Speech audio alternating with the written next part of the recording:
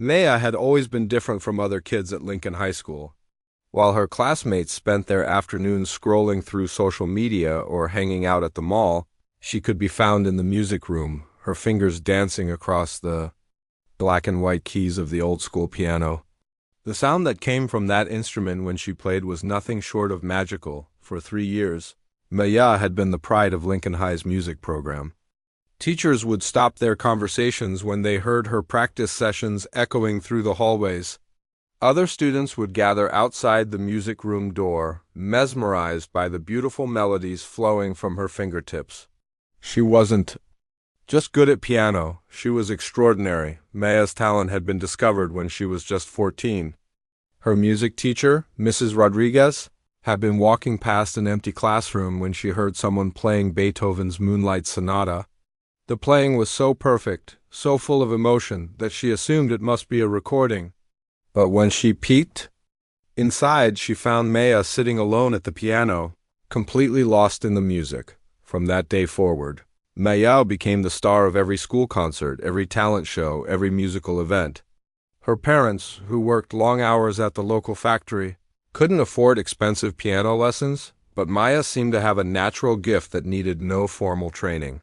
She would listen to classical pieces online and somehow figure out how to play them perfectly just by hearing them. The other students at school knew Maya as the piano girl.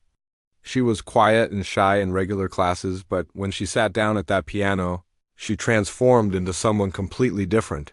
Her confidence would shine through every note she played.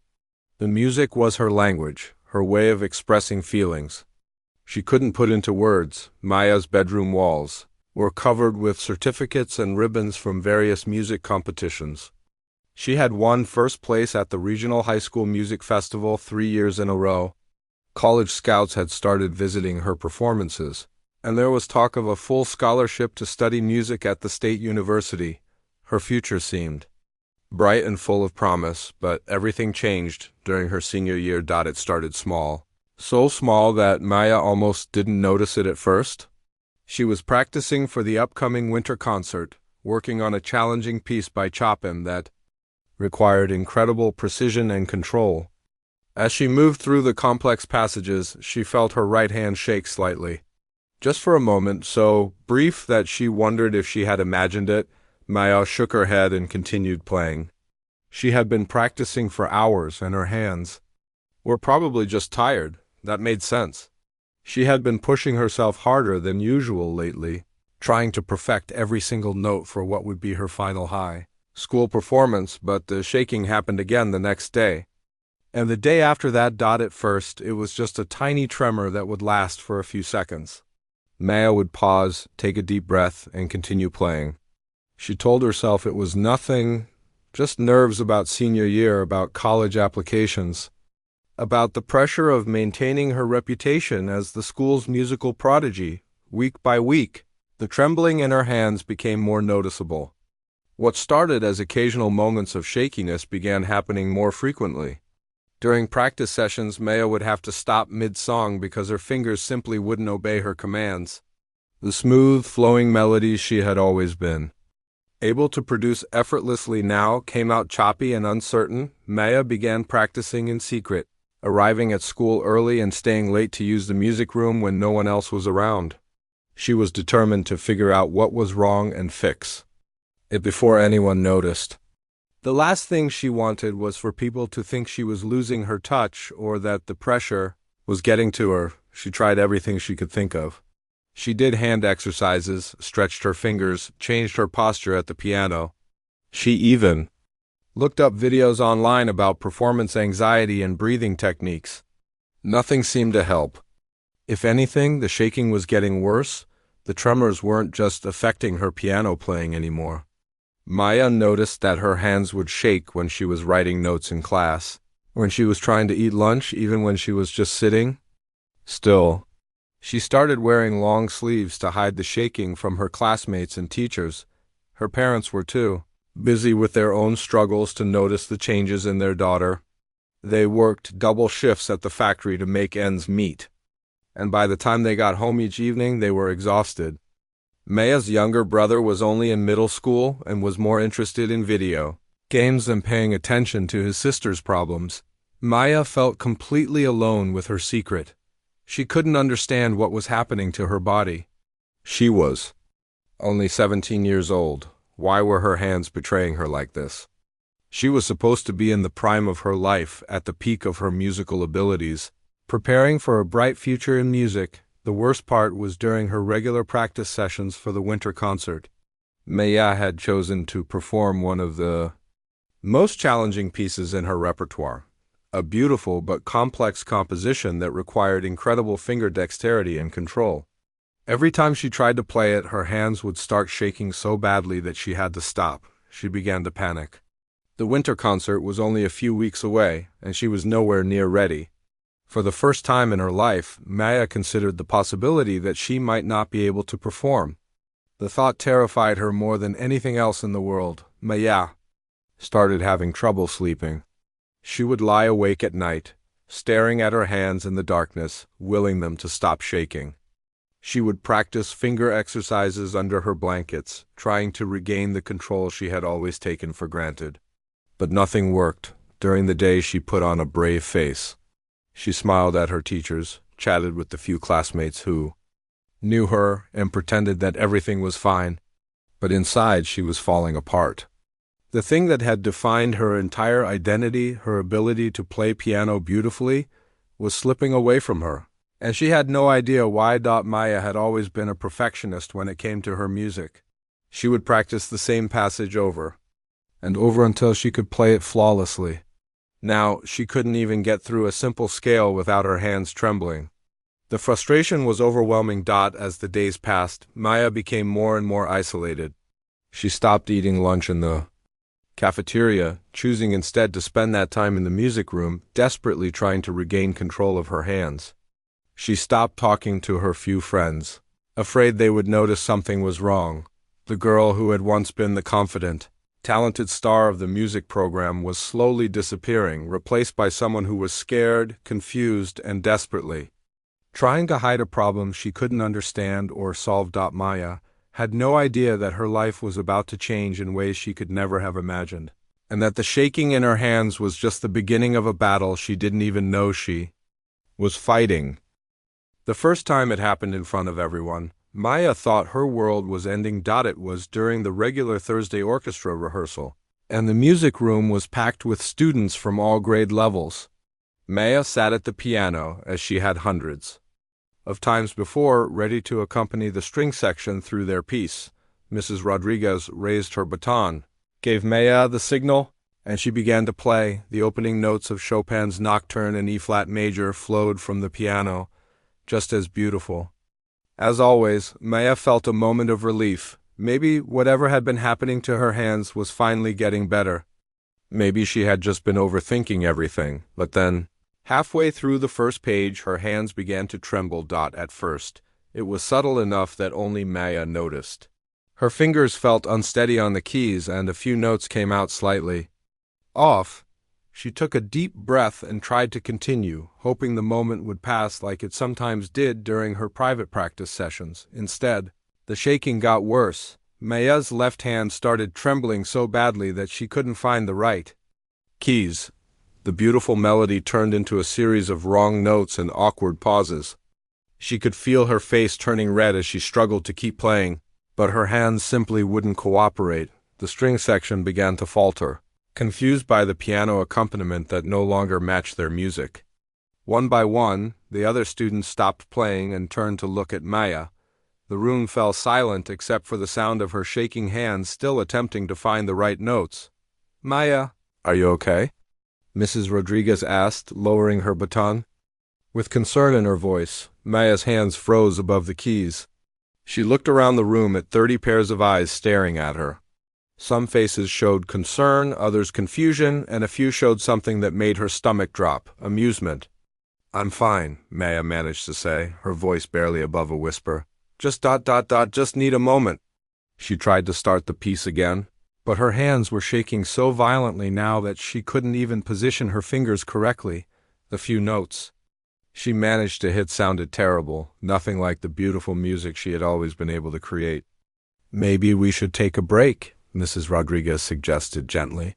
But Maya could hear the worry in her teacher's voice. That's when she heard it. A quiet snicker from somewhere in the back of the room. Maya looked up to see Tyler, the school's star quarterback, covering his mouth with his hand, trying to hide his laughter. Next to him, his girlfriend Ashley was whispering something to her friend, both of them glancing at Maya with barely concealed smirks. "What's wrong with her hands?" Someone whispered, not quite quietly enough. "Maybe she's nervous," another voice suggested. "She's never been nervous before," came the reply. Maya felt tears starting to form in her eyes. She quickly gathered her sheet music and mumbled something about not feeling well before rushing out of the music room. Behind her, she could hear the murmur of voices starting to discuss what they had just witnessed. That night, Maya lay in bed replaying the awful moment over and over in her mind. She had been performing in front of people for years without any problems. Why was this happening now, during her senior year when everything was supposed to be perfect? The next day at school was even worse. Maya had hoped that maybe people would forget about what happened in orchestra, but she quickly realized that news traveled fast in high school hallways. As she walked to her locker, she heard someone behind her make exaggerated shaking motions with their hands. "Look, on Maya," the person said, causing a group of nearby students to laugh. Maya pretended not to hear and kept walking, but her face burned with embarrassment. During lunch, she sat alone at her usual table, trying to eat her sandwich despite the fact that her hands were still trembling slightly. She thought she was being discreet, but she noticed a group of students at a nearby table pointing at her and whispering. "Is she always like that now?" one of them asked. "I heard she completely messed up in orchestra yesterday," another replied. "Maybe she's on something," a third voice suggested. Maya wanted to disappear. She had never been the type of person who attracted negative attention. She had always been known for her talent, her quiet confidence, her ability to create something beautiful. Now she was becoming known for something completely different, for being the girl whose hands shook uncontrollably. The worst part was Tyler and his group of friends. They had always been the type of students who thought they were better than everyone else, especially the kids who were more interested in academics or arts than sports. Tyler had never paid much attention to Maya before, but now he seemed to have made her his personal target. It started with small things. When Maya walked past Tyler and his friends in the hallway, he would hold up his hands and make them shake dramatically. "Oh no, I've got Maya syndrome," he would say, causing his friends to burst into laughter. At first, Maya tried to ignore it. She told herself that Tyler was just being immature, that he would get bored and move on to something else. But instead of getting bored, he seemed to be getting more creative with his mockery. During lunch one day, Tyler stood up from his table and announced to the entire cafeteria, "Hey everyone, watch this." He then proceeded to pretend to play piano, while making his hands shake violently. "I'm Maya, the amazing Shaky pianist," he declared. The cafeteria erupted in laughter. Maya felt like she was going to be sick. She grabbed her lunch tray and ran out of the room, leaving behind the sound of Tyler's voice calling after her. "Where are you going, Shaky hands?" Other students began to join in. It wasn't just Tyler anymore, it was kids from all different grades and social groups. They would whisper "shaky hands" when she walked by or make trembling gestures when they thought she wasn't looking. Ashley, Tyler's girlfriend, was particularly cruel. She would loudly tell her friends stories about Maya's breakdown in orchestra, each time making it sound worse than it actually was. She couldn't even play Twinkle Twinkle Little Star without messing up, Ashley would say, which wasn't true at all. But the story spread anyway. Maya started taking different routes through the school to avoid the main hallways where Tyler and his friends hung out. She began eating lunch in the library instead of the cafeteria. She even considered skipping orchestra altogether, but Mrs. Rodriguez had already expressed concern about Maya's absence from recent rehearsals. The cruel comments and gestures followed her everywhere. In math class, when the teacher asked students to work in pairs, Maya found herself alone because no one wanted to be partners with Shaky Hands Maya. In English class, when she tried to take notes, she noticed other students watching her hands move across the paper. Someone even started a group chat called Maya's Shaky Hands Club, where students would share videos and photos they had secretly taken of Maya during her bad moments. Maya didn't know about the group chat, but she could tell that more and more students were aware of her condition and found it amusing. The psychological impact was devastating. Maya had always been a confident performer, someone who thrived under pressure and loved being in the spotlight. Now she was afraid to be noticed at all. She started wearing long sleeves every day to hide her hands, and she avoided making eye contact with other students. Her grades began to suffer because she was so focused on hiding her symptoms that she couldn't concentrate on her schoolwork.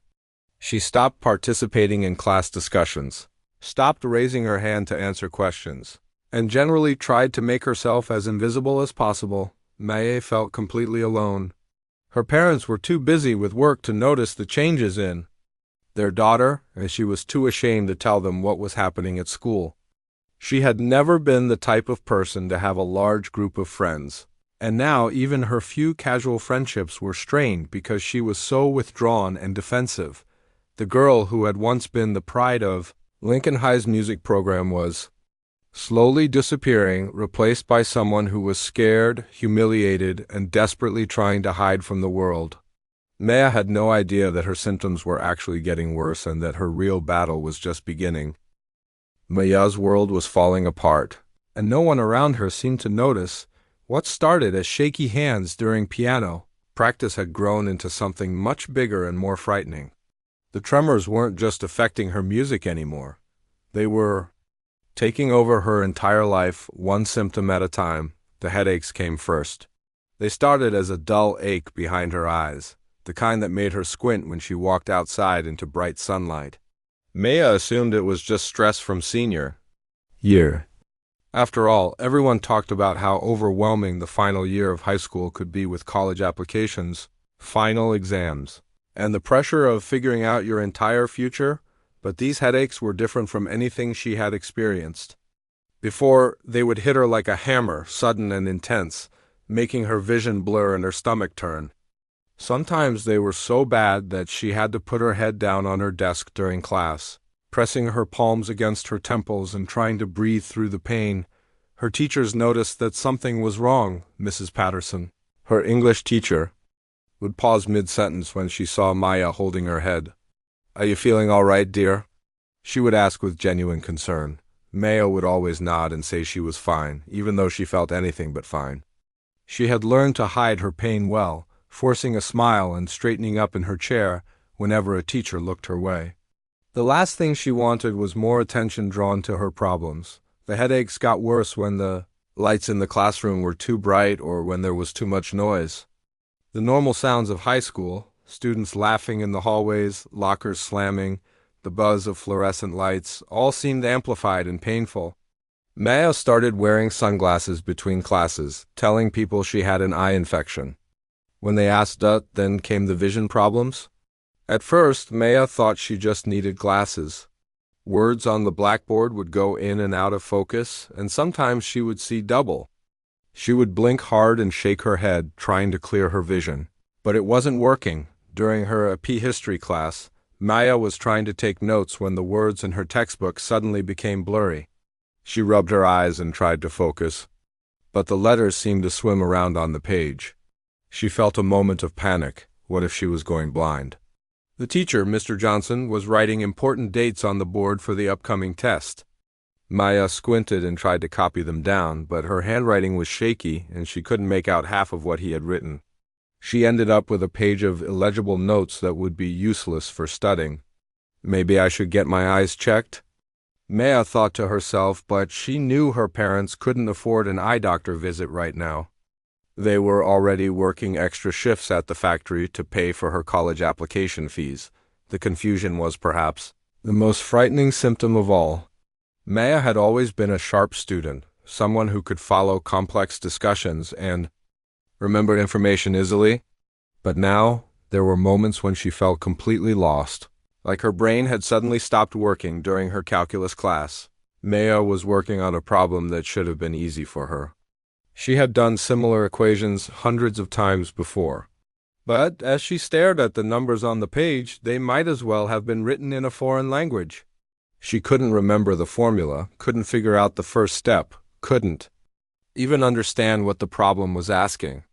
I must be having a bad day, she told herself. But the bad days were becoming more frequent. Maya would forget things too. Simple things that she had never had trouble remembering before. She would walk into a room and completely forget why she had gone there. She would start sentences and then lose track of what she was trying to say. She would look at her class schedule and feel confused about which room she was supposed to be in. Her parents, David and Linda, were too overwhelmed with their own struggles to notice the changes in their daughter. They left for work before Maya got up for school and didn't come home until after dinner. Both of them worked at the local manufacturing plant, and they had been picking up extra shifts to save money for Maya's college expenses. When they were home, they were exhausted. David would fall asleep in his recliner while watching the news, and Linda would spend her evenings doing laundry and preparing meals for the next day. They loved their daughter deeply, but they were so focused on providing for her future that they missed the signs that she was struggling in the present. Maya's younger brother Jake was only 13 and completely absorbed in his own world of video games and middle school drama. He barely looked up from his phone when Maya was in the room, and he certainly didn't notice that his sister was having trouble holding a fork steady during dinner or that she was squinting at the television. Like she couldn't see it properly. The isolation was the worst part.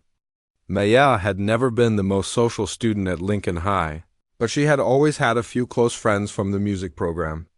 Now, she was too embarrassed and too afraid to maintain those friendships when her friend Jessica from orchestra texted her to ask if she wanted to study together for their chemistry test. Maya made up an excuse about having to help her parents with something. The truth was, she was terrified that Jessica would notice her symptoms and ask questions that Maya couldn't answer. Maya stopped going to the music room during lunch, where she used to practice piano and chat with other students who shared her love of music. Instead, she would find an empty classroom or sit in the library, hiding behind textbooks and trying to avoid human contact. The bullying at school was getting worse too. Tyler and his friends had moved beyond just making fun of her in person. They had started leaving notes in her locker with drawings of shaking hands and cruel messages. "Hope your hands stop being broken," one note read. Another said, "Maybe you should try a different hobby, Shaky." Someone had even created a fake "Get Well Soon" card and left it on her desk in chemistry class. On the front, it had a picture of piano keys, and inside someone had written, "We hope you get better soon. Just kidding, we don't care." Maya felt like she was drowning. Every day brought new challenges, new symptoms, new humiliations. Her grades were dropping because she couldn't concentrate or see the board properly. Her teachers were starting to ask questions about her performance, and she didn't know how to explain that she was fighting a battle she didn't understand. In her AP literature class, Maya had always been one of the best students. She loved reading and analyzing stories, and she usually participated actively in class discussions. But now, she would sit in the back row, trying to follow along with conversations that seemed to happen in slow motion when Mrs. Anderson called on her to discuss a passage from the novel they were reading. Maya would freeze. She would look down at her book, but the words seemed to blur together, and she couldn't remember what they had been talking about. "I'm sorry, I don't know," she would mumble. Sinking lower in her seat as her classmates exchanged glances, Maya began to wonder if she was losing her mind. Maybe this was what a nervous breakdown felt like. Maybe the stress of senior year had finally broken her, and she was having some kind of psychological collapse. She started researching her symptoms online, but the information she found was confusing and contradictory. Some websites suggested anxiety disorders, others mentioned various neurological conditions, and some even suggested that her symptoms might be psychosomatic, all in her head. The idea that her problems might be psychological made Maya feel even worse. Did that mean she was weak? Was she making herself sick somehow? She had always prided herself on being strong and capable, but now she felt like she was failing at everything. At night, Maya would lie in bed and stare at the ceiling, her mind racing with worry and confusion. Her head would throb, her vision would blur, and her hands would shake as she tried to find a comfortable position. She would think about her dreams of studying music in college, about the scholarship offers that might disappear if she couldn't perform anymore, about the future that seemed to be slipping away from her. Maya felt completely alone with her secret. She couldn't tell her parents because they were already working so hard to support her dreams. She couldn't tell her friends because she was too ashamed of her symptoms. She couldn't even tell her doctors because her family didn't have health insurance that would cover the kind of testing she probably needed. So she suffered in silence, trying to hold on to the pieces of her life that were still intact, not knowing that her symptoms were actually getting worse and that her real battle was just beginning. The annual Lincoln High School talent show was supposed to be Maya's moment of redemption. For weeks, she had been planning what she hoped would be her comeback performance. Despite everything that had been happening to her, the shaking hands, the cruel comments, the symptoms that seemed to be getting worse every day, Maya was determined to prove that she was still the talented pianist everyone once knew and respected. "I can do this," she told herself as she sat in the empty music room 3 days before the show. "I just need to focus and push through whatever is happening to me." Maya had chosen to perform Rachmaninoff's Piano Concerto No. 2, one of the most challenging and beautiful pieces in the classical repertoire.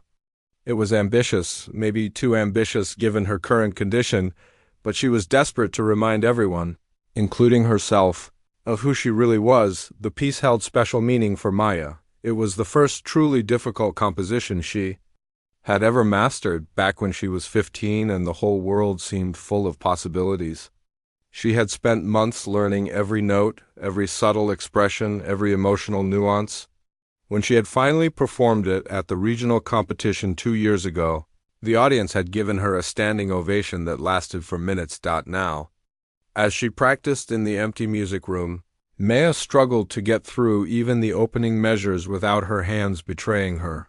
But she refused to give up. She would play the same passages over and over, sometimes for hours, until her fingers cramped and her head pounded with pain. "Maybe if I just practice enough, I can overcome this," she thought. "Maybe I can train my hands to cooperate even if something is wrong with me." Maya had told no one about her plan to perform at the talent show. She had signed up at the last minute, using a fake name on the registration form because she was afraid that if word got out, Tyler and his friends would show up just to watch her fail. The night of the talent show, Lincoln High's auditorium was packed. Students, teachers, and parents filled every seat, all excited to see what their classmates had prepared. Maya sat backstage, her hands shaking more violently than they had in weeks. She tried to calm herself with deep breathing exercises, but her heart was racing and her vision kept blurring. She watched through the curtain as act after act took the stage. There was a comedy routine by 2 junior boys, a dance performance by the cheerleading squad, and a singing duet that brought tears to audience members' eyes. Each performance was met with enthusiastic applause and cheers. "Ladies and gentlemen," announced the student host, "our next performer is someone who has been a part of Lincoln High's music program for years. Please welcome Maya Rodriguez." Maya's heart nearly stopped. She had forgotten that they would use her real name when announcing her performance. She looked out at the audience and saw Tyler and his friends sitting in the 3rd row, their faces lighting up with cruel anticipation when they realized who was about to perform. "No turning back now," Maya whispered to herself as she walked to the piano on shaking legs. The auditorium fell silent as Maya sat down at the bench. She adjusted her position, placed her hands over the keys, and took one final deep breath. For just a moment, she felt like her old self, confident, talented, ready to create something beautiful. The opening notes of Rachmaninoff's Piano Concerto No. 2 filled the auditorium with their haunting melody. Maya's hands moved across the keys with the muscle memory of years of practice, and for the first few measures, everything seemed perfect. The audience was completely quiet, mesmerized by the beautiful music flowing from the stage. Maya felt a surge of hope. Maybe she could do this. Maybe she could overcome whatever was happening to her through sheer determination and love for the music. But then, as she moved into the more complex passages of the piece, her hands began to tremble. At first, it was subtle, just a slight unsteadiness that only Maya could feel. She tried to compensate, to force her fingers to find the right keys despite the shaking, but it was like trying to write with her hands tied behind her back. The trembling got worse. Notes began to come out wrong, the timing became uneven, and the beautiful melody started to sound discordant and broken. Maya could feel sweat beading on her forehead as she fought to maintain control, but her hands were no longer obeying her commands. She could hear murmurs starting to rise from the audience. Some people were whispering to each other, wondering what was happening to the performance. Others were starting to shift uncomfortably in their seats.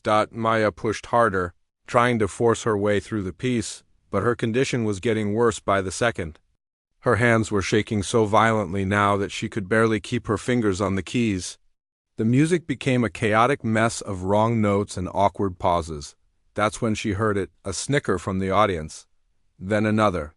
She looked up and saw Tyler making exaggerated shaking motions with his hands, mimicking her condition for the amusement of his friends. The humiliation was overwhelming, but Maya refused to give up. She was determined to finish the piece no matter what. She bent her head down and focused entirely on the piano, trying to block out the sounds of the audience and the sight of people laughing at her struggle. But then something much worse happened. As Maya reached the climax of the piece, the most challenging and beautiful section of the entire concerto, her hands suddenly seized up completely. Not just shaking, they stopped working entirely. Her fingers locked in place, unable to move, unable to find the keys. Maya sat frozen at the piano, her hands hovering uselessly over the keyboard. She tried to move her fingers, tried to continue playing, but nothing happened. It was as if her brain had lost all connection to her hands. Panic set in. Maya's breathing became rapid and shallow. Her vision started to blur more severely than ever before. The lights of the auditorium seemed too bright, too harsh. The faces in the audience began to swim together in a confusing mass. I can't see, Maya thought desperately. I can't move my hands. What's happening to me? She tried to stand up from the piano bench, but her legs felt weak and unsteady. The room seemed to be spinning around her. She could hear her own heartbeat pounding in her ears, drowning out all other sounds. Maya made it halfway to her feet before her body gave out entirely. She collapsed beside the piano, her body convulsing in ways she had never experienced before. Her arms and legs jerked uncontrollably, and she couldn't seem to catch her breath. The auditorium lights became blindingly bright, then faded to darkness, then came back again in a disorienting pattern. The audience fell completely silent. The laughter stopped immediately as people realized that something was seriously wrong. This wasn't just a bad performance. This was a medical emergency. Maya could hear voices around her, but they seemed to come from very far away. Someone was calling her name. Someone else was shouting for help. She tried to respond, tried to tell them that she was okay, but she couldn't form words. Her body was completely out of her control. Mrs. Rodriguez, the music teacher, was the first to reach her. Maya, honey, can you hear me? She asked, kneeling beside the convulsing girl. Someone call 911. Maya could see faces leaning over her, teachers, students, even some parents who had rushed forward to help. But everything looked strange and distorted, like she was seeing the world through water. Tyler was no longer laughing. He sat in his seat, his face pale with shock and what might have been the first stirrings of guilt. The friends who had been mocking Maya just moments before were now silent, staring at the scene on stage with wide, frightened eyes. Maya, stay with us, Mrs. Rodriguez said, holding her hand. Help is coming. But Maya couldn't stay with them. Her consciousness was slipping away, and the last thing she remembered was the sound of sirens in the distance and the feeling of being lifted onto a stretcher. As the paramedics carried her out of the auditorium, the packed crowd sat in stunned silence. The girl they had watched struggle and fail on stage, the girl some of them had laughed at just minutes before, was now fighting for her life in ways none of them had imagined. The talent show was over. The laughter had stopped. And Maya's real battle was just beginning. Maya woke up to the sound of beeping machines and the smell of disinfectant that could only mean one thing. She was in a hospital. Her eyes felt heavy as she tried to open them, and when she finally managed to focus, she saw white ceiling tiles and fluorescent lights that made her head throb. She was lying in a narrow bed with rails on both sides, and there were wires attached to her chest and arms, connecting her to various monitors that beeped steadily. "Maya? Oh, thank God you're awake!" Maya turned her head slowly and saw her mother, Linda, sitting in a plastic chair beside her bed. Her mom's eyes were red and puffy from crying, and she looked like she hadn't slept in days. Her father, David, was standing by the window, still wearing his work clothes from the factory, his face drawn with worry. "What happened?" Maya asked, her voice coming out as barely a whisper. Her throat felt dry and scratchy, and even speaking those two words took effort. "You collapsed during your performance, sweetheart," her mother explained, reaching over to gently stroke Maya's hair. "You've been unconscious for almost 18 hours. We were so scared." The memories came flooding back to Maya in painful waves. The talent show, the piano, her hands refusing to work, the faces in the audience, the feeling of her body betraying her completely. "The doctors need to run some tests," her father said, his voice strained. "They want to figure out what's been causing your symptoms." Maya felt a mixture of relief and terror. Relief because finally someone was taking her symptoms seriously and trying to find answers. Terror because the fact that she was in a hospital meant that whatever was wrong with her was serious, much more serious than she had ever imagined. Over the next 2 days, Maya underwent more medical tests than she had ever experienced in her entire life. Blood tests, urine tests, eye exams, hearing tests. It felt like the doctors were examining every part of her body looking for clues. The most frightening test was the MRI scan. Maya had never been in one before, and the machine was much louder and more claustrophobic than she had expected. She lay completely still for what felt like hours while the machine took pictures of the inside of her head, creating sounds like a construction site all around her. "Just try to relax," the technician had said through the intercom. "We need these images to be as clear as possible." But relaxing was impossible when Maya knew that whatever they found in those images would determine the rest of her life. Dr. Martinez, the neurologist who had been assigned to Maya's case, was a kind woman in her 50s with gentle eyes and a calm voice. She had been asking Maya detailed questions about her symptoms for days, taking notes on a clipboard and nodding thoughtfully at Maya's answers. "When did you first notice the trembling in your hands?" she had asked. "How severe have your headaches been on a scale of 1 to 10? Have you experienced any changes in your vision or hearing?" Maya answered every question as honestly as she could, desperate for any information that might help the doctors figure out what was wrong with her. For months, she had been suffering alone, not knowing what was happening to her body. Now, finally, she had medical professionals who were taking her seriously and working to find answers. Her parents had taken time off work to be with her at the hospital, something that Maya knew was a huge financial sacrifice for their family. They sat by her bedside, holding her hands and trying to stay positive, but Maya could see the fear in their eyes. "I should have noticed something was wrong," her mother kept saying, tears streaming down her face. "I should have seen that you were struggling. I'm so sorry, baby." "It's not your fault, Mom," Maya reassured her. "I was trying to hide it from everyone. I didn't want anyone to worry." On the third day in the hospital, Dr. Martinez came into Maya's room carrying a manila folder and wearing an expression that made Maya's stomach drop.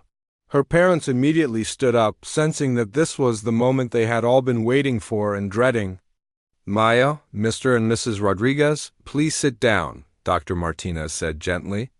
"I have the results of all the tests we've been running." Maya felt her heart start to race.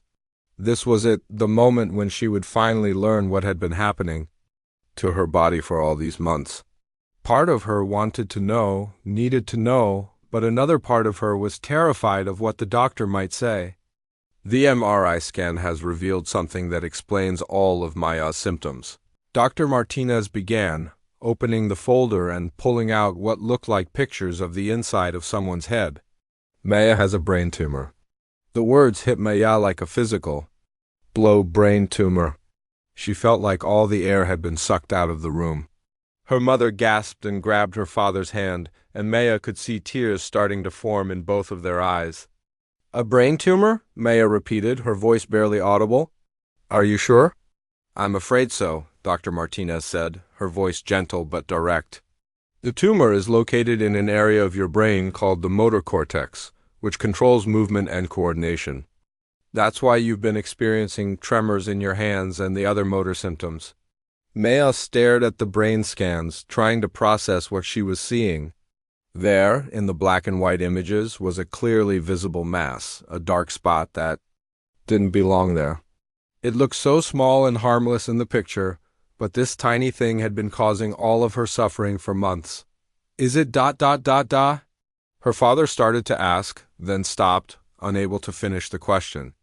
"The good news is that the tumor appears to be benign, which means it's not cancerous," Dr. Martinez explained.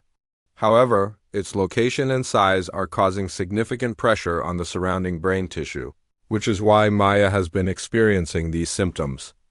Maya felt a small wave of relief wash over her. Not cancer. That was something at least. "But there's more," Dr. Martinez continued, and Maya's brief moment of hope faded. "The tumor has been growing, and it's now large enough that it's affecting multiple areas of brain function. Without treatment, it will continue to grow and could become life-threatening." "What kind of treatment?" Maya's mother asked, her voice shaking. "Surgery," Dr. Martinez replied. "We need to remove the tumor as soon as possible. I won't lie to you, it's a complex procedure. Because of the tumor's location near critical brain areas that control movement and coordination, but Maya is young and healthy, and I believe we have an excellent chance of success." Maya felt like she was in a dream, or more accurately, a nightmare. Just a few days ago, her biggest worry had been whether people at school would stop making fun of her shaky hands. Now she was facing brain surgery. What are the risks? Her father asked, always the practical one who needed to understand all the details. Dr. Martinez was quiet for a moment before answering. "Any brain surgery carries risks. There's a small chance of infection, bleeding, or damage to surrounding brain tissue. Given the location of Maya's tumor, there's also a possibility that the surgery could affect her motor skills permanently." "You mean I might never be able to play piano again?" Maya asked, the reality of the situation finally hitting her. "I can't make any promises about that," Dr. Martinez said honestly. "The goal of the surgery is to save your life and preserve as much function as possible. But Maya, without this surgery, the tumor will continue to grow. Eventually it could cause seizures, permanent neurological damage, or even death." The room fell silent as Maya and her parents absorbed this information. Maya had gone from being a talented high school pianist to a girl with a brain tumor who needed emergency surgery to save her life. It was too much to process all at once. "How soon?" Maya asked. "We'd like to schedule the surgery for early next week," Dr. Martinez replied. "I know this is a lot to take in, and you'll have time to ask questions and prepare mentally. But we shouldn't wait much longer." Maya nodded, feeling numb. Everything made sense now. The trembling hands, the headaches, the vision problems, the confusion. It hadn't been stress or anxiety or a nervous breakdown. It had been this tumor, growing silently in her brain, stealing away her abilities piece by piece. "Maya," Dr. Martinez said, leaning forward slightly, "I want you to know that you've been incredibly brave. Many people with your symptoms would have given up or assumed they were going crazy. The fact that you kept fighting, kept trying to perform and live your life, shows remarkable strength." But Maya didn't feel brave. She felt scared and small and completely overwhelmed by everything that was happening to her. In just a few days, she would be having brain surgery. There was no guarantee that she would come out of it the same person. She was now as Dr. Martinez left the room, Maya looked at her parents and saw her own fear reflected in their faces. None of them knew what the future would hold, but they knew that everything was about to change. The news about Maya's brain tumor spread through Lincoln High School like wildfire on Monday morning. It started with Jessica, Maya's friend from orchestra who had heard from her mother, who worked as a nurse at the same hospital where Maya was staying. Jessica was sitting in first period English class when she got a text from her mom with the shocking news. Maya Rodriguez has a brain tumor, Jessica whispered to the girl sitting next to her, her voice shaking with disbelief. That's why her hands were shaking. She's having surgery this week. The girl next to her gasped and immediately turned to tell someone else. Within minutes, the whispered conversation had spread to half the classroom. By the time the lunch bell rang, nearly every student at Lincoln High had heard some version of the story. Tyler was eating lunch with his usual group of friends when he overheard two sophomore girls talking at the table behind him. Did you hear about Maya Rodriguez? One of them said. She has a brain tumor. That's why she couldn't play piano anymore. Tyler felt like someone had punched him in the stomach. He stopped chewing his sandwich and turned around. What did you just say? Maya Rodriguez, the piano girl, the sophomore repeated. She collapsed during the talent show because she has a brain tumor. She's in the hospital right now. Tyler's friends were looking at him strangely. They all remembered how he had been making fun of Maya's shaking hands for weeks. They remembered the cruel jokes, the imitations, the way he had encouraged others to laugh at her struggles. Are you sure? Tyler asked, his voice barely above a whisper. My sister works at the hospital, the girl replied. She said Maya's having brain surgery this week. Apparently, the tumor was pressing on the part of her brain that controls movement. That's why her hands were shaking. Tyler felt sick. Really, genuinely sick. He pushed his lunch tray away and put his head in his hands. All those times he had made fun of Maya, all those cruel jokes about her shaky hands, all the laughter he had encouraged from other students. She had been fighting for her life. His friend Connor nudged him. Dude, are you okay? You look like you're about to throw up, but Tyler couldn't respond. He was remembering the night of the talent show, how he had sat in the third row making exaggerated shaking motions with his hands while Maya struggled to play piano. He remembered laughing when her performance fell apart, thinking it was funny that the perfect piano girl was finally failing at something. He had no idea that at that exact moment, a tumor in her brain was stealing away her ability to control her own body. The guilt was overwhelming. Tyler excused himself from lunch and went to the bathroom, where he actually did throw up. When he looked at himself in the mirror afterward, he barely recognized the person staring back at him. How had he become someone who could be so cruel to another human being? Ashley, Tyler's girlfriend, was having her own moment of reckoning. She was in her AP chemistry class when she heard the news from her lab partner, and the realization of what she had done hit her like a truck dot. She remembered all the times she had called Maya shaky hands in front of other students. She remembered making up exaggerated stories about Maya's breakdown in orchestra, telling people that Maya couldn't even play simple songs anymore. She remembered starting the group chat where students shared videos and photos of Maya's worst moments. Ashley felt tears starting to form in her eyes. She had always considered herself to be a good person, someone who was popular and well-liked, because she was fun and confident. But looking back at her behavior toward Maya, she realized she had been nothing but a bully. The worst part was remembering the fake "Get Well Soon" card she had left on Maya's desk. The card that said, "We hope you get better soon. Just kidding, we don't care." How could she have written something so heartless to someone who was literally fighting a brain tumor? By the end of the school day, the entire atmosphere at Lincoln High had changed. Students who had been laughing at Maya just days before were now walking through the hallways in stunned silence. The cruel nicknames and jokes had stopped completely, replaced by hushed conversations about brain tumors and surgery and the possibility that a 17-year-old girl might not survive. Mrs. Rodriguez, the music teacher, called an emergency assembly for all students involved in the music program. The auditorium was packed with orchestra members, choir students, and others who had known Maya through her performances over the years. I know you've all heard about Maya's diagnosis, Mrs. Rodriguez began, her voice trembling with emotion. I want to take this opportunity to talk about what we can learn from this situation. She paused and looked out at the sea of faces in the auditorium. Many of the students looked guilty and ashamed. Some were crying. Maya has been suffering from symptoms caused by a brain tumor for months, Mrs. Rodriguez continued. while she was dealing with headaches, vision problems, and loss of motor control. Some of you chose to mock her struggles instead of offering support and understanding. Tyler, who was sitting in the back row, felt like every word was directed specifically at him. "I want you to think about how Maya must have felt," Mrs. Rodriguez said. "Imagine being a talented musician who suddenly can't control her own hands. Imagine not understanding what's happening to your body, feeling scared and confused, and then having your classmates laugh at your pain." The auditorium was completely silent. Students were looking down at their hands, unable to make eye contact.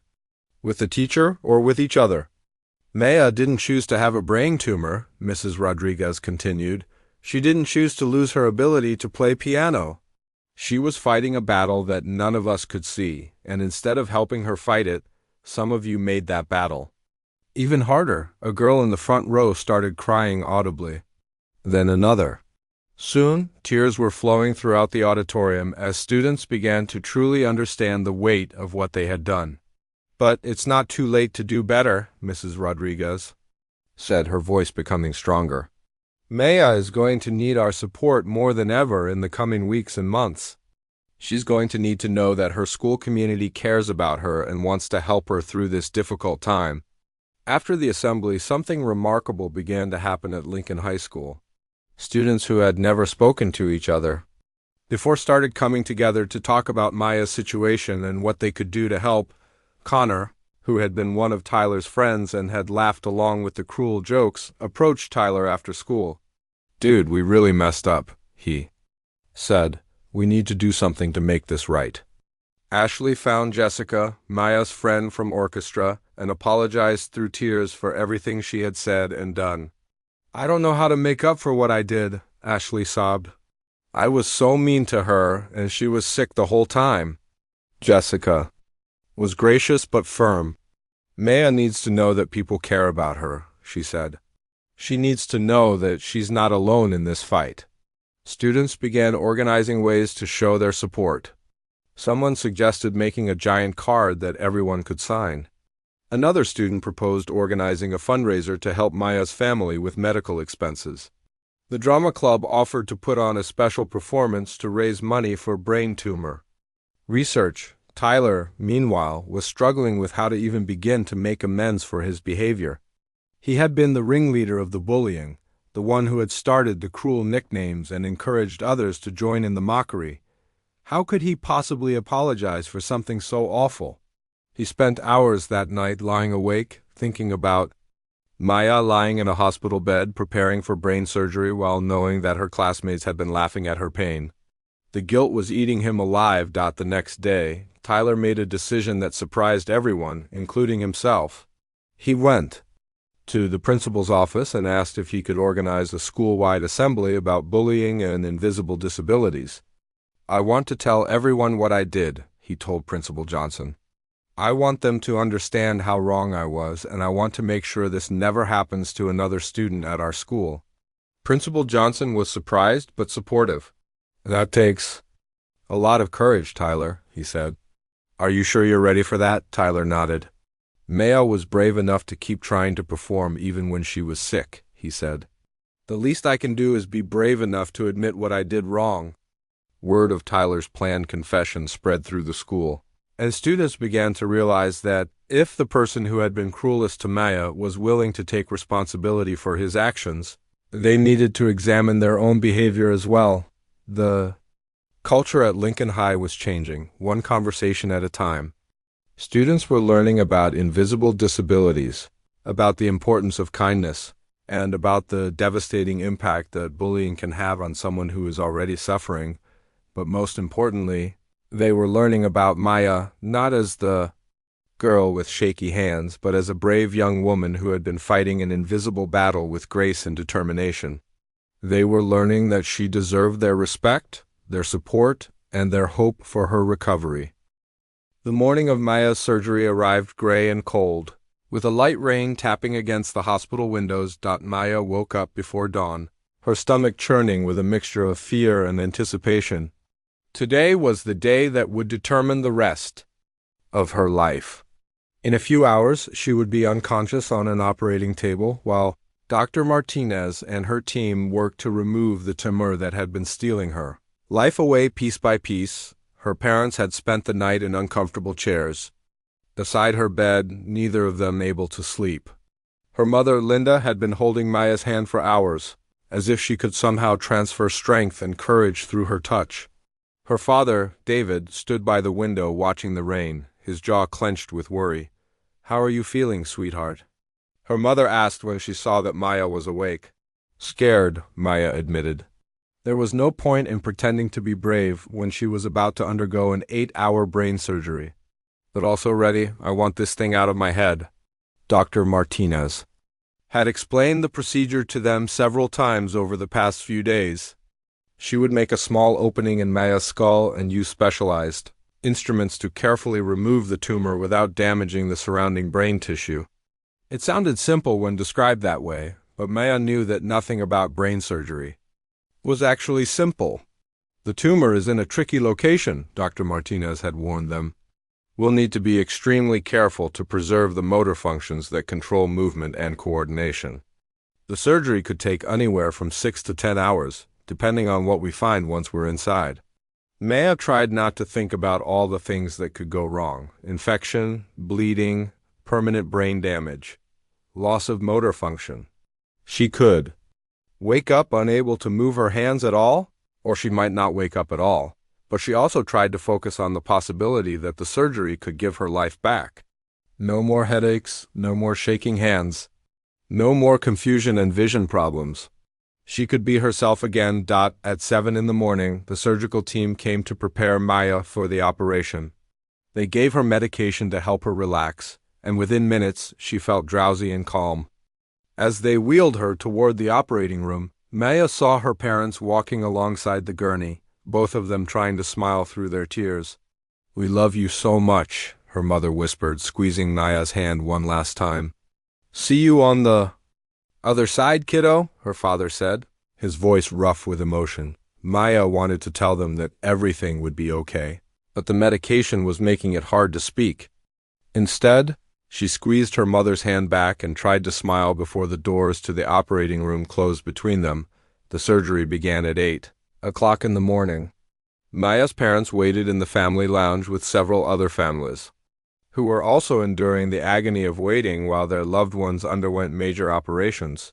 The hours crawled by with excruciating slowness. Meanwhile, at Lincoln High School, something unprecedented was happening. Tyler had organized a fundraising campaign for Maya's medical expenses, and the response from students and teachers had been overwhelming. "I know I don't deserve to be the one organizing this," Tyler had announced during the school-wide assembly he had requested. "I was the worst person to Maya when she was suffering, and I'll regret that for the rest of my life. But maybe we can turn something terrible into something good." Tyler had stood at the podium in front of the entire school, his voice shaking as he confessed to his cruel behavior. "I made fun of Maya's shaking hands," he said. "I called her names, I encouraged other people to laugh at her, and I never once thought about what she might be going through. I was a bully, and I'm ashamed of who I was." The auditorium had been completely silent as Tyler spoke. Many students were crying, both from guilt over their own behavior and from admiration for Tyler's courage in taking responsibility. "Maya is having brain surgery today," Tyler continued. "While we're sitting here in this auditorium, she's fighting for her life. The least we can do is show her that we care about her and that we want to help her family through this difficult time." The fundraising effort had raised over $3,000 in just 2 days. Students had donated their lunch money, their allowances, and money from part-time jobs. Teachers had contributed as well, and several local businesses had made donations after hearing Maya's story. Ashley had taken charge of organizing a card-making station in the school library. Hundreds of students had written messages of support, apology, and encouragement. The cards filled 3 large boxes, all addressed to Maya and her family. "I'm sorry I was mean to you," one card read. "I hope your surgery goes well and you get better soon. You're braver than any of us," said another. "We're all rooting for you." "I can't wait to hear you play piano again," wrote a student from the orchestra. "You're the most talented person I know." But perhaps the most meaningful card came from Mrs. Rodriguez, the music teacher. Maya, she had written, you have taught our entire school community about courage, perseverance, and the power of music to heal. Your strength has changed all of us for the better. Come back to us soon. Back at the hospital, the surgery was entering its 7th hour. Dr. Martinez and her team had successfully located the tumor and were working carefully to remove it without damaging the surrounding brain tissue. The operation was going well, but it was delicate work that couldn't be rushed. Maya's parents had been joined in the waiting room by several unexpected visitors. Jessica, Maya's friend from orchestra, had come with her mother to offer support.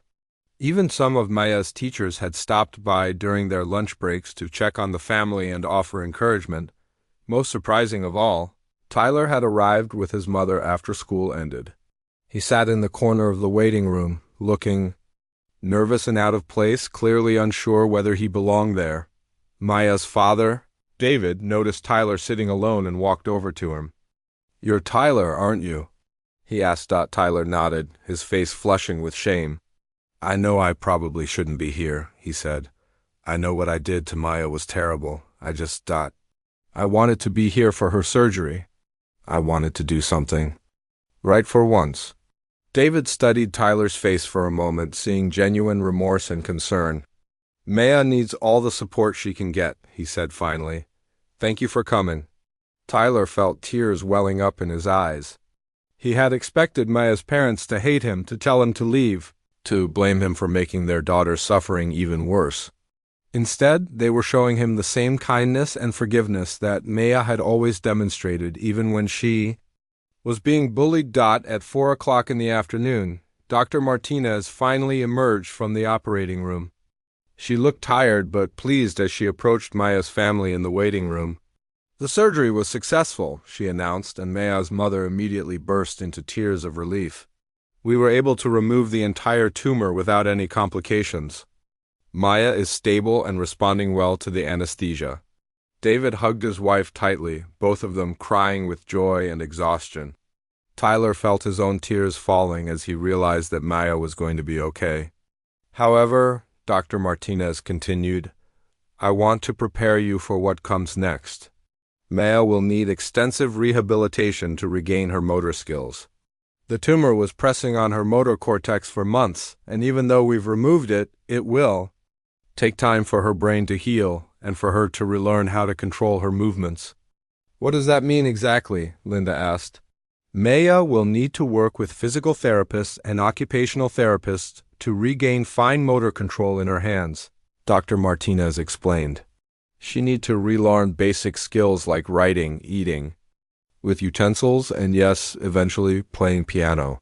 It will be a long process, and there's no guarantee that she regain all of her previous abilities. But she's alive," David said. "That's what matters most," Dr. Martinez smiled. "Yes, she's alive, and she's a fighter. I have a feeling Maya is going to surprise us all with her recovery." Maya woke up in the intensive care unit several hours later, groggy and disoriented but alive. Her head was wrapped in bandages, and she could barely lift her arms, but she was conscious and aware. "Mom?"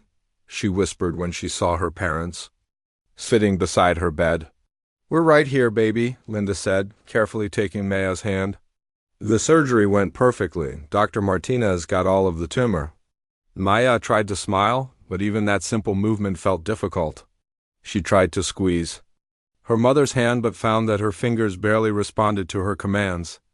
The realization that she would have to relearn how to use her hands was frightening, but it was also strangely liberating. For the first time in months, Maya's head didn't hurt. A constant ache that had been her companion for so long was finally gone. Her vision was clear, and her thoughts felt sharp and focused in a way they hadn't for a very long time. "There are a lot of people who want to see you when you're feeling better," her father said. "The whole school has been supporting you in your recovery," Maya was confused. "The whole school?" "Things have changed while you've been in the hospital," her mother explained. "People understand now what you were going through. They want to help you get better." Maya closed her eyes and felt tears sliding down her cheeks. Not tears of pain or fear this time, but tears of hope. Her journey back To health would be long and difficult, but for the first time in months, she believed that she could make it. 6 months after her brain surgery, Maya stood outside the doors of Lincoln High School, her hands trembling, not from a tumor this time, but from pure nervousness. It was her first day back since the collapse at the talent show, and everything felt different. She looked different too. Her hair had grown back in soft curls where they had shaved it for surgery, leaving a thin scar along her hairline that she had learned to wear like a badge of honor. Her movements were more deliberate now, each gesture carefully controlled as she continued to retrain her brain and hands to work together. "You ready for this, sweetheart?" her mother asked from the driver's seat. Maya nodded, though her stomach was doing flips. She had spent the last 6 months in intensive rehabilitation, working with physical therapists and occupational therapists to regain control of her fine motor skills. The progress had been slow and sometimes frustrating, but it had been progress. Nonetheless, learning to write again had been one of the hardest challenges. Maya remembered the first time she tried to hold a pencil after surgery. Her fingers couldn't figure out how to grip it properly, and her handwriting looked like that of a 5-year-old. She had cried that day, frustrated and scared that she would never be able to do simple tasks again, but her occupational therapist, Miss Chun, had been patient and encouraging. "Your brain is like a computer that needs to be reprogrammed," she had explained. "The pathways that controlled your fine motor skills were disrupted by the tumor. Now we need to create new pathways, and that takes time and practice." Slowly, day by day, Maya had relearned how to button her shirts, tie her shoes, and eventually hold a pencil correctly. Her handwriting was still shakier than it used to be, but it was legible, and that felt like a victory. The piano had been an even bigger challenge. Maya's first attempt to play after surgery had been heartbreaking. She sat at her family's old upright piano and tried to play a simple scale, but her fingers wouldn't cooperate. They moved clumsily across the keys, hitting wrong notes and struggling to find the right positions. She had cried that day too, mourning the loss of the thing that had defined her for so many years. But gradually, with months of practice and determination, she had started to regain some of her abilities. She couldn't play the complex pieces she once had mastered, but she could play simple melodies, and even that felt miraculous. As Maya walked through the hallways of Lincoln High on her first day back, she was amazed by the reception she received. Students she had never spoken to before smiled and waved at her. Some approached her directly to welcome her back and ask how she was feeling. "Maya, you're back," called out Jessica, her friend from orchestra, who ran up to give her a careful hug. "We've missed you so much. How are you feeling?" "Different," Maya admitted, "but good different, I think." The truth was, Maya did feel fundamentally changed by her experience. The months of suffering in silence, followed by the dramatic revelation of her diagnosis and the long road to recovery, had given her a new perspective on life. She appreciated simple things now, being able to see clearly, having conversations without confusion, walking through hallways without crushing headaches. During her first class, AP Literature, Maya was nervous about whether she would be able to keep up academically.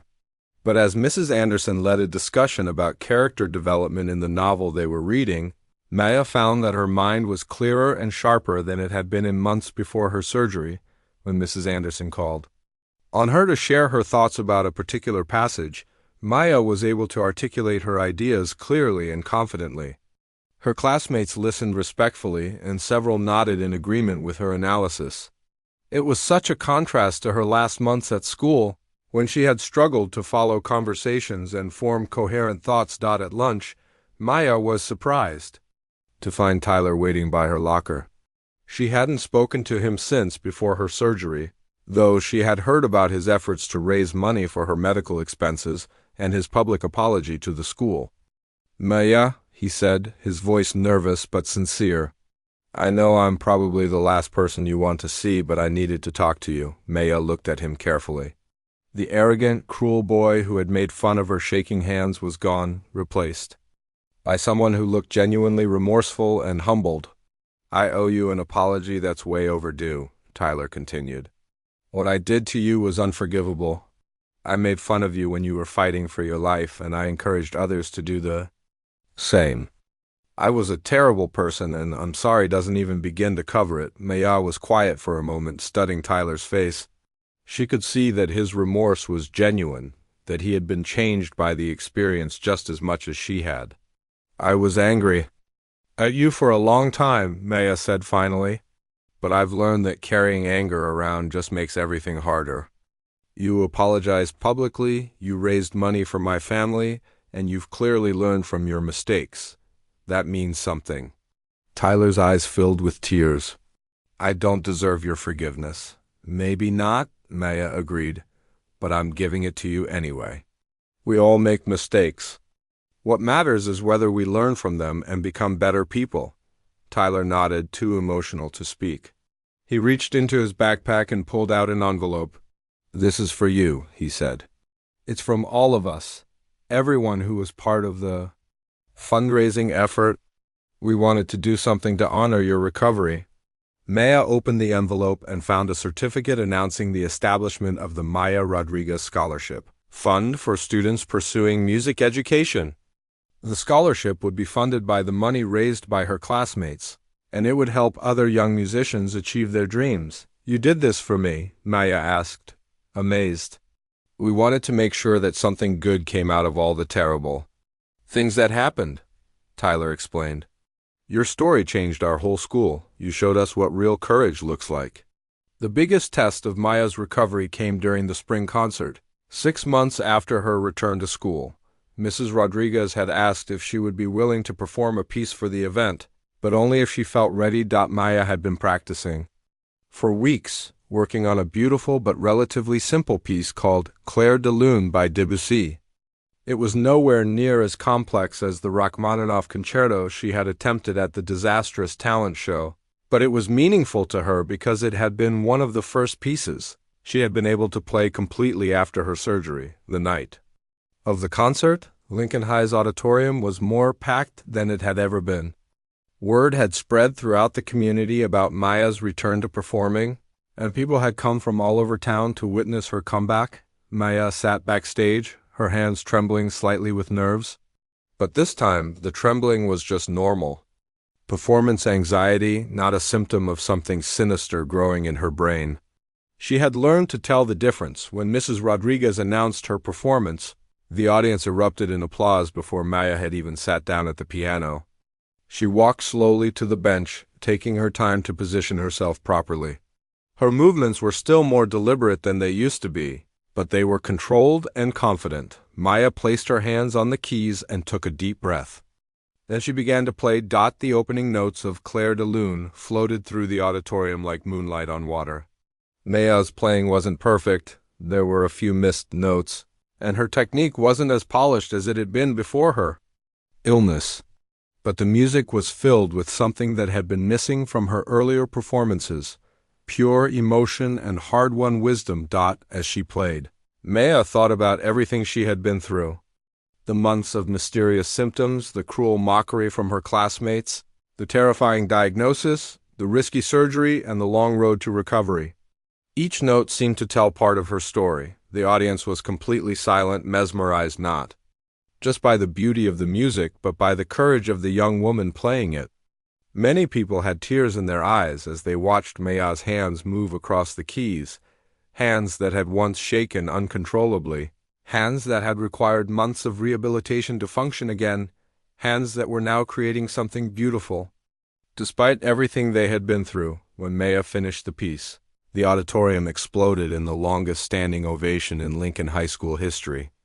People were crying, cheering, and applauding with an intensity that seemed to shake the building itself.